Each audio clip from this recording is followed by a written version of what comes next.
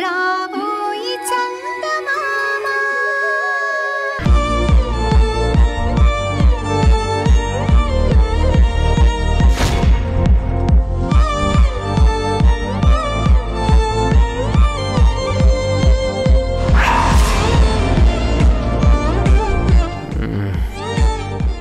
Sorry అమ్మా, ఇంకెప్పుడు ఇలా చేయను.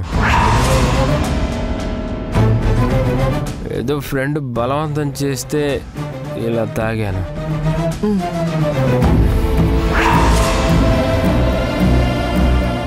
అది కూడా ఇంటి పరిస్థితులు గుర్తొచ్చి తాగేశానమ్మా, నన్ను క్షమించు.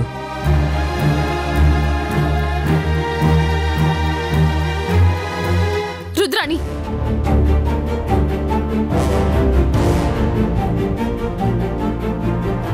అరే చంద్రిక,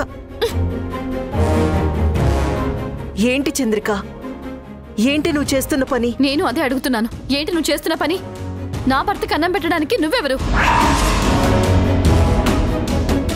పాపం భరత్ ఆకలితో పడుకునున్నాడు. ఆకలి ఆకలి అని అరుస్తున్నాడు. అందుకే భోజనం తీసుకొచ్చాను. ఇందులో తప్పే ఉంది చంద్రిక. తప్పే. ఆయన నా భర్త, ఆయన చూసుకోవాల్సింది నేను. మధ్యలో నీకేంటి? ఆయన నాకు కూడా భర్తే చంద్రిక.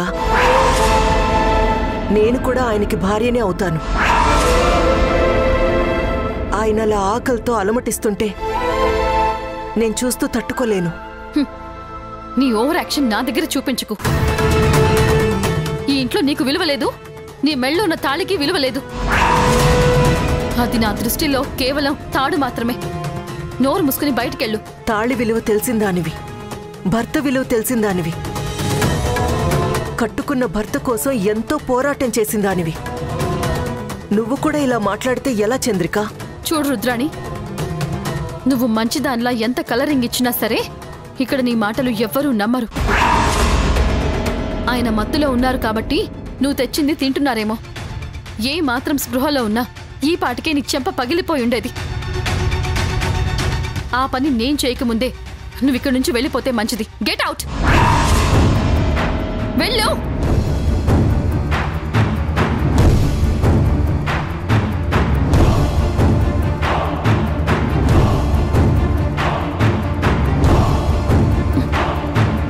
ఏమండి, రండి భోంచేద్దురు గాని. వద్దు చంద్రిక. అదేంటండి, మీరు ఆకలి అంటున్నారని అత్తయ్య వద్దని చెప్పినా సరే ఆవిడికి తెలియకుండా భోజనం తీసుకొచ్చాను. ప్లీజ్ తినండి. వద్దు చంద్రిక, కడుపు నిండిపోయింది, నిద్ర వస్తుంది.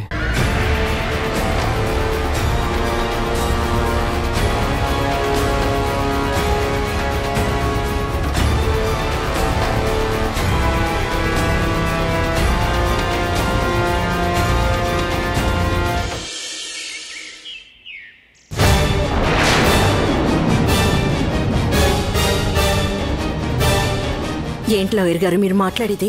అవునండి, మీకు 15 రోజులు టైం ఇస్తున్నాం. ఈలోగా మీరు బ్యాంకు కట్టాల్సిన డబ్బు అసలు వడ్డీతో సహా చెల్లిస్తే మీ ఆస్తులు వేలానికి వెళ్లకుండా ఉంటాయి. లేదంటే వేలం వేస్తారు. ఇదిగోండి, నోటీస్ తీసుకోండి.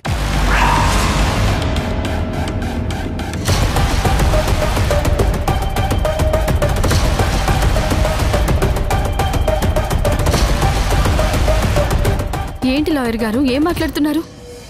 అసలు మేం బ్యాంకుకి డబ్బులు కట్టడం ఏంటి?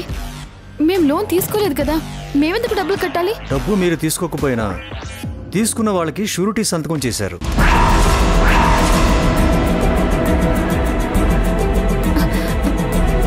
మీరు పొరపాటు పడుతున్నారు. మేమెవరికి షూరిటీ సంతకం చేయలేదు. మీరు చేయకపోయినా మీ భర్త గారు చేశారు. కావాలంటే చూడండి.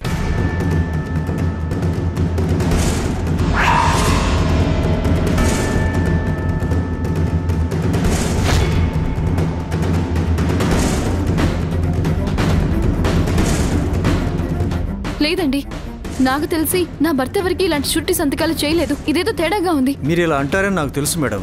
ఎందుకంటే మీరు మీ భర్త ఇద్దరు లాయర్స్ కదా. లాస్ట్ మినిట్లో ఇలాంటి ట్విస్ట్ ఏది ఇస్తారని నాకు ముందే తెలుసు. మా జాగ్రత్తలో మేమున్నాం.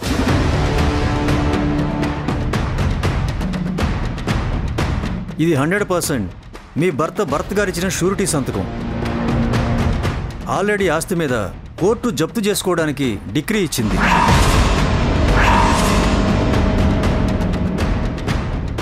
మీ భర్త గారు ఆ అప్పు చెల్లిస్తానని షూరిటీ సంతకం చేయటం వల్ల మీకు బ్యాంకు మరో 15 రోజులు టైం ఇచ్చింది.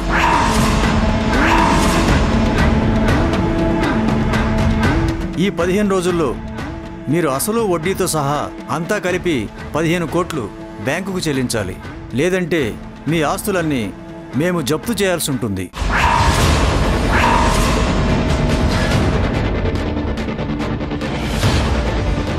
మీరు లాయర్ కాబట్టి కోర్టుకెళ్ళి ఇంజెక్షన్ ఆర్డర్ తీసుకురావచ్చు అనుకుంటున్నారేమో. అలాంటి ఛాన్స్ కూడా లేదు. ఎందుకంటే ఆల్రెడీ జడ్జిమెంట్ వచ్చేసింది. కాబట్టి మీరు డబ్బులు కడితే మీ ఆస్తులు మీకు దక్కుతాయి. లేదంటే కట్టు బట్టలతో సహా బయటికి వెళ్లాల్సి వస్తుంది.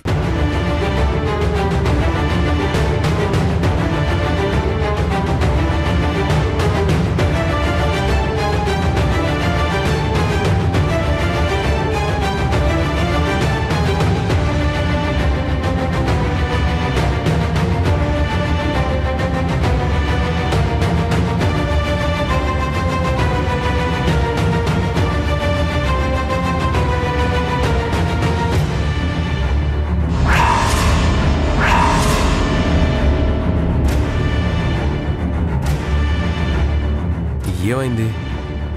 ఏంటి అందరూ అలా ఉన్నారు?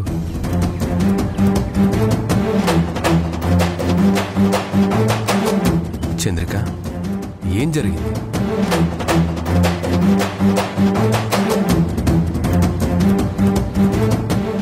ఏమైందమ్మా? ఎవరు మాట్లాడరేంటి?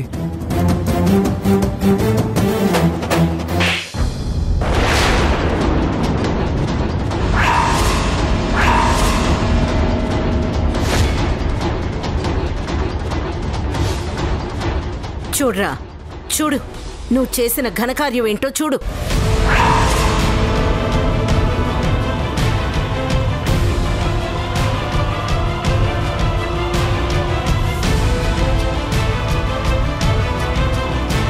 ఇప్పుడు అర్థమైందా? నువ్వు చేసిన ఘనకార్యం ఏంటో ఇప్పుడు బాగా అర్థమైందా? 15 రోజుల్లో 15 కోట్లు డబ్బు కట్టకపోతే ఆస్తులు జప్తు చేస్తామని చెప్పి కోర్టు నోటీస్ ఇచ్చారు. అమ్మా, నాకు ఇదంతా నిజంగా ఏమీ తెలీదమ్మా. తెలీదా? తెలియకుండానే నువ్వు ఇదిగో దీని మీద సంతకం పెట్టావా? నువ్వు షూరిటీ సంతకం పెట్టినట్టు ఇందులో క్లియర్గా ఉంది.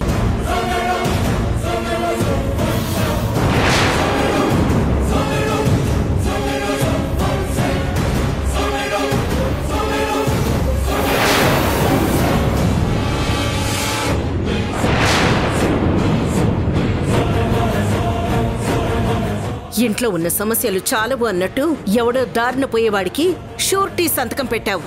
ఇప్పుడు వాడు మోసం చేశాడు. వాడు కట్టాల్సిన డబ్బు మనల్ని కట్టమంటున్నారు. ఎక్కడి నుంచి తీసుకొస్తావు? రూపాయి 2 రూపాయలు కాదు, 15 కోట్లు. ఇంట్లో మొదటి నుంచి నా మాటకు లెక్క లేకుండా పోయింది. ఆ రోజు నేను చెప్పిన మాట వినుంటే ఇదిగో ఈ రోజు ఈ మహాతల్లి ఇంట్లో చేరేదే కాదు. నువ్వు నా మాట విని ఓ పద్ధతిలో ఉండుంటే ఈ రోజు మన కుటుంబం రోడ్డున పడేదే కాదు.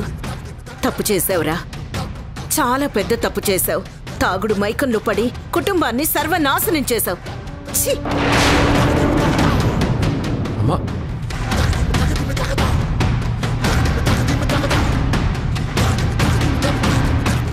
చంద్రిక, అదిగా చంద్రిక, అసలు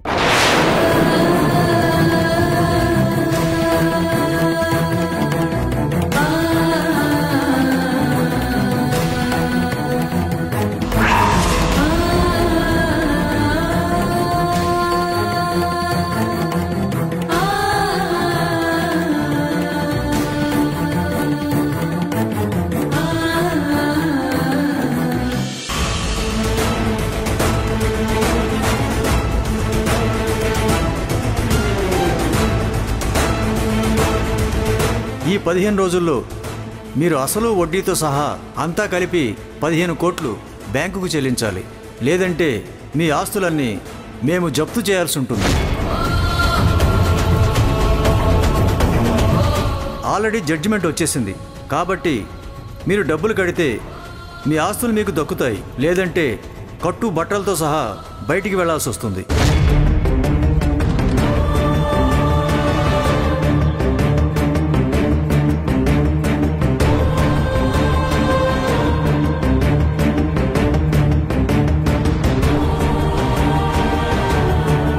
అత్తయ్య, మీరేం బాధపడకండి. ఎక్కడో ఏదో చిన్న పొరపాటు జరిగింది. అదేంటో తెలుసుకొని ఈ సమస్యకి పరిష్కారం వెతుకుదాం. మీరేం టెన్షన్ కాకండి. భరత్ గారు ఎక్కడో చిన్న పొరపాటు చేసుంటారు. అదేంటో మనం తెలుసుకొని లీగల్గా ఫైట్ చేద్దాం అత్తయ్య. నేను సర్వీస్లో ఉన్నప్పుడు ఇలాంటి కేసులు చాలా చూశాను. ఇందులో మనం భయపడాల్సింది ఏం ఉండదు. అత్తయ్య, మీరసలు దాని గురించి ఏం టెన్షన్ పడకండి. అంతా నేను చూసుకుంటాను.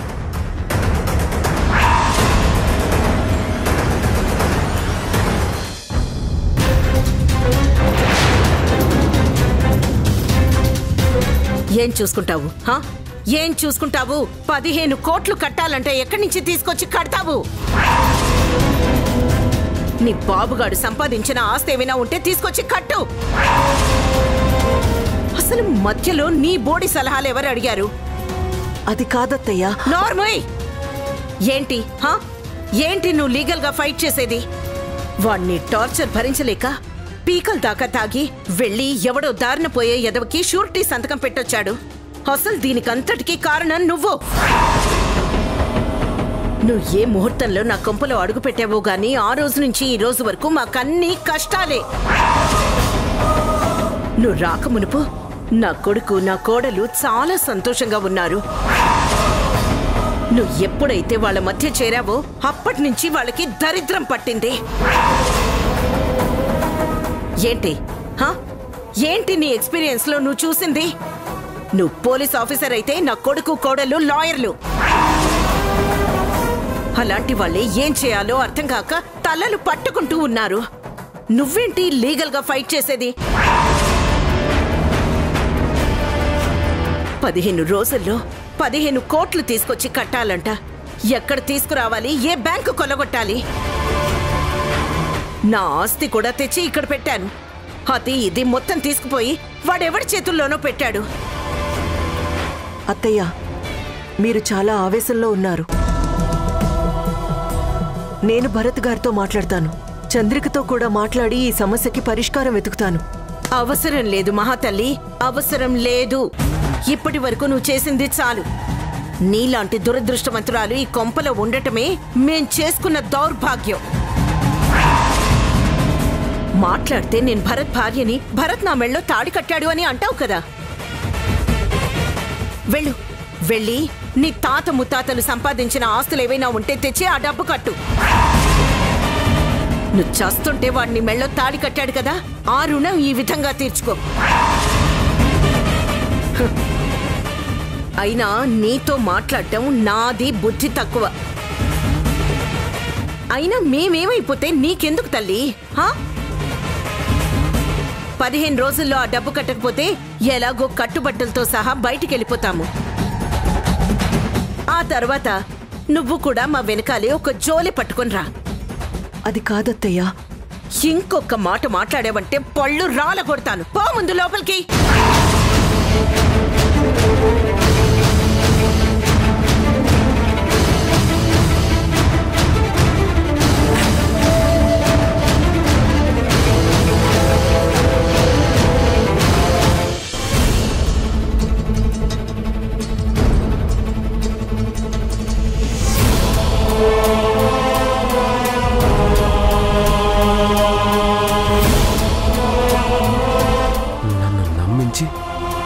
ఇంత మోసం చేస్తాడా?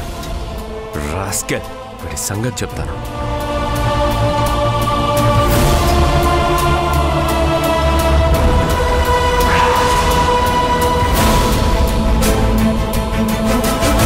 ఏంటి వీడు ఫోన్ స్విచ్ ఆఫ్ చేసి పెట్టుకున్నాడు?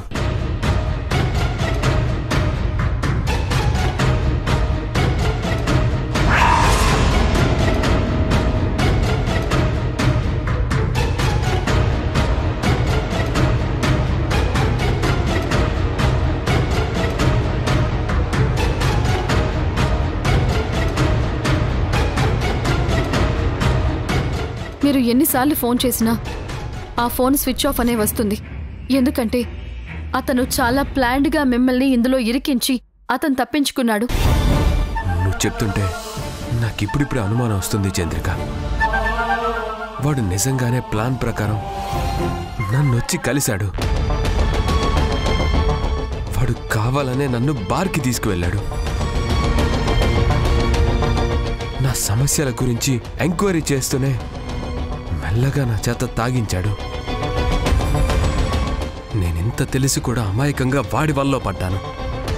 మీ పరిస్థితి నేను అర్థం చేసుకోగలనండి. కానీ అత్తయ్య గారు మాత్రం ఈ విషయాల్ని డైజెస్ట్ చేసుకోలేకపోతున్నారు. ఆ రుద్రాణి విషయంలో మీరు ఎంత టెన్షన్ పడుతున్నారో నాకు బాగా తెలుసు. జనరల్గా మనం బాధపడుతున్న విషయం గురించి ఎవరైనా మాట్లాడితే మనకి తెలియకుండానే వాళ్ళకి మనం సరెండర్ అయిపోతాం. అవతలి వాళ్ళు కొంచెం జాలి చూపించగానే మనకి తెలియకుండానే వాళ్ళ వలలో పడిపోతాం. మీ విషయంలో జరిగింది కూడా అదే. కాకపోతే మీరు ఇంత తెలివిగల లాయర్ అయ్యుండి అలా ఎలా సంతకాలు పెట్టారో నాకు అర్థం కావడం లేదు. నా బాధంతా అదే చంద్రిక. వాడు వారం రోజుల్లో డబ్బంతా కట్టేస్తానని చెప్పాడు. కానీ కోర్టులో డిగ్రీ ఇచ్చిన సంగతి నాకు తెలీదు. ఇప్పుడు 15 రోజుల్లో అంత డబ్బు కట్టాలంటే ఎలా? మీరేం టెన్షన్ పడకండి. ఉన్న ఆస్తంతా అమ్మేద్దాం. ఉన్నదంతా అమ్మినా 15 కోట్లు కట్టలేం చంద్రిక. ఒకవేళ అప్పు సొప్పు చేసి కట్టినా ఆ తర్వాత అప్పు ఎలా తీరుస్తాం? మన పాప భవిష్యత్ ఏంటి? ఇదంతా తలుచుకుంటే నాకు తల పగిలిపోతుంది. మీరేం టెన్షన్ పడకండి. మనకేదొక దారి దొరుకుతుంది. లేదు చంద్రిక, ఏ దారి లేదు. అడ్డంగా దొరికిపోయావు. నేను పిచ్చోళ్లాగా వాడు అడిగిన చోట్లల్లా సంతకాలు పెట్టాను. అయిపోయింది. నా జీవితంతో పాటు మీ అందరి జీవితాలు కూడా ప్రాబ్లమ్స్లోకి నెట్టేశాను. ఇదంతా నా తప్పే. నా తప్పే.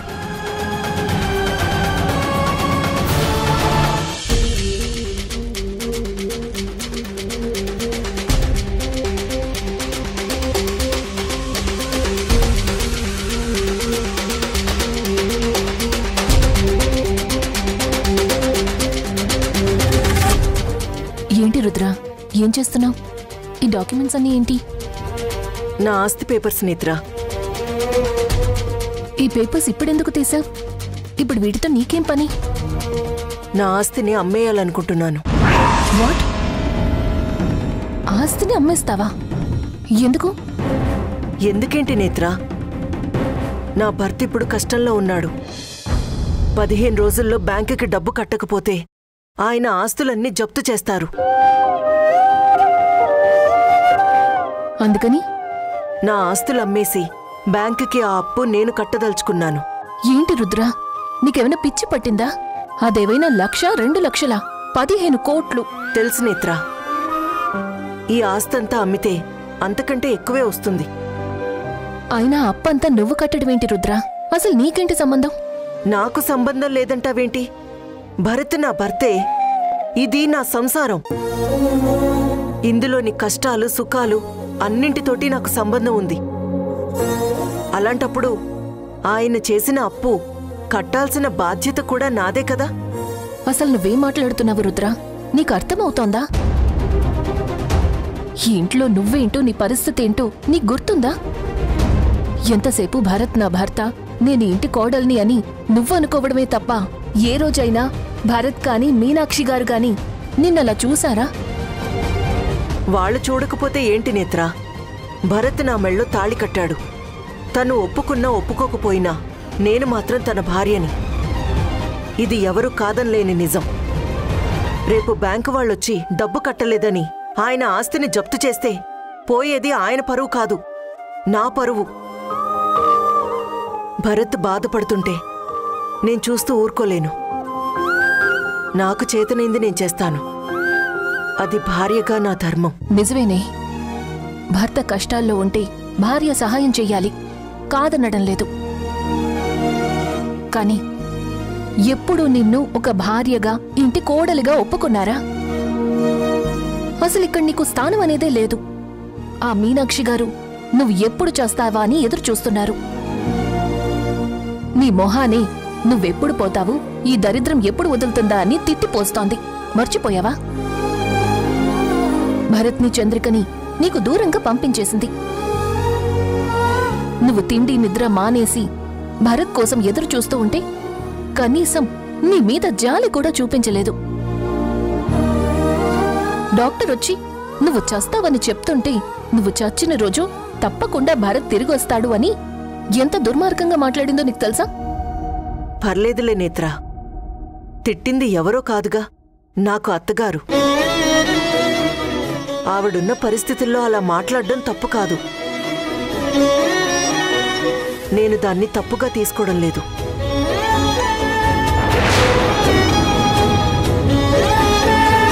మీకు ఎలాంటి ప్రాబ్లం రాదు, నేను రానివ్వను. మీ గురించి భగవంతుణ్ణి ప్రార్థించాను. ఆయన తప్పకుండా మీకు సహాయం చేస్తాడండి. నువ్వు నిజంగా నాకు సహాయం చేయాలనుకుంటే అర్జెంటుగా ఇల్లు వదిలిపెట్టి వెళ్ళిపో. అంతకు మించి నాకు ఇంకేమీ చేయాల్సిన అవసరం లేదు. ఈ ఇంటికి పెద్ద శని దేవతలా దాపరించావు.